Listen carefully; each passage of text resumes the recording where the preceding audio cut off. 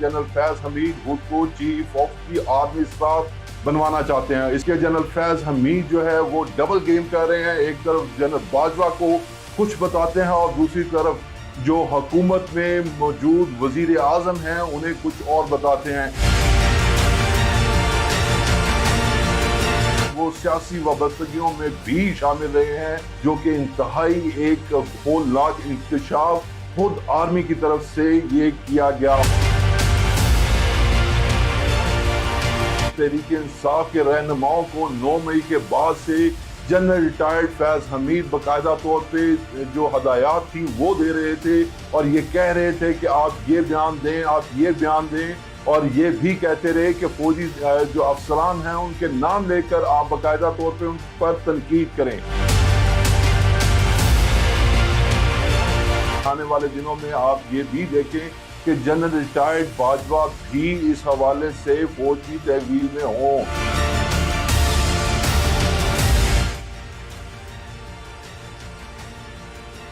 अस्सलाम वालेकुम नाज़रीन, मैं हूं अहमद रियाज बलोच और आप देख रहे हैं AAM न्यूज़। नाज़रीन, कल की सबसे बड़ी डेवलपमेंट और सबसे बड़ी खबर ये थी कि जनरल रिटायर्ड फैज हमीद को फौजी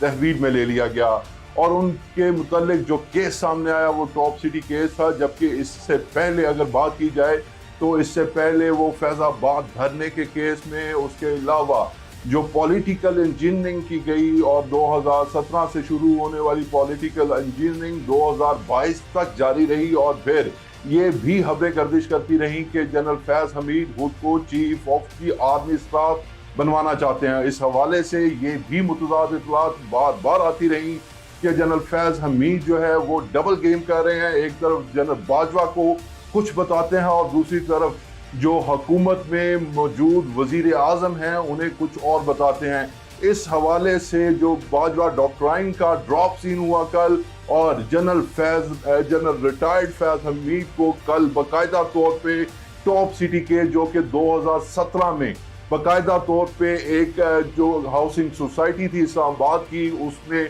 किकबैक्स लेने के हवाले से केस था और उस पर सुप्रीम कोर्ट की बाकायदा तौर पे जजमेंट आ चुकी है। उस हवाले से जो ताल्लुकात आमा DGSPR है उसने कल एक बयान जारी किया जिस बयान का पहला हिस्सा ये कहता है कि जनरल रिटायर्ड फैज हमीद को उस केस के हवाले से सुप्रीम कोर्ट की हदायत पर, सुप्रीम कोर्ट के अहकामात पर मनोआन अमल दरामद करते हुए, फौज के अंदर खुद एहतसाबी करते हुए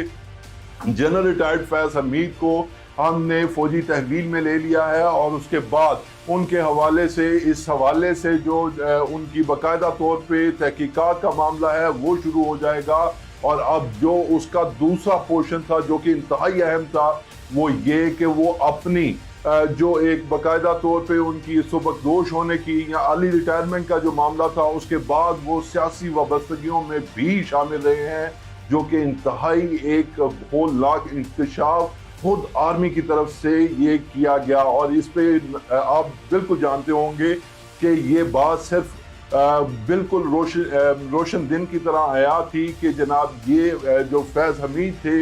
ये जनरल रिटायर्ड बाजवा के दौर में भी और उसके बाद भी पॉलिटिकल हवाले से बहुत ज़्यादा जो है मामलात को देखते रहे। इनकी बहुत सारी वीडियोस भी मंजर आम पर आई जो आपने मुलाहिजा भी की होंगी और उसमें वो ये कहते रहे कि तहरीक इंसाफ के ग्रुपों में जाकर वो बाकायदा तौर पे तहरीक इंसाफ के पार्टी के रहनुमाओं के साथ एक बाकायदा एक वो करते रहे, प्रोग्राम्स करते रहे। लेकिन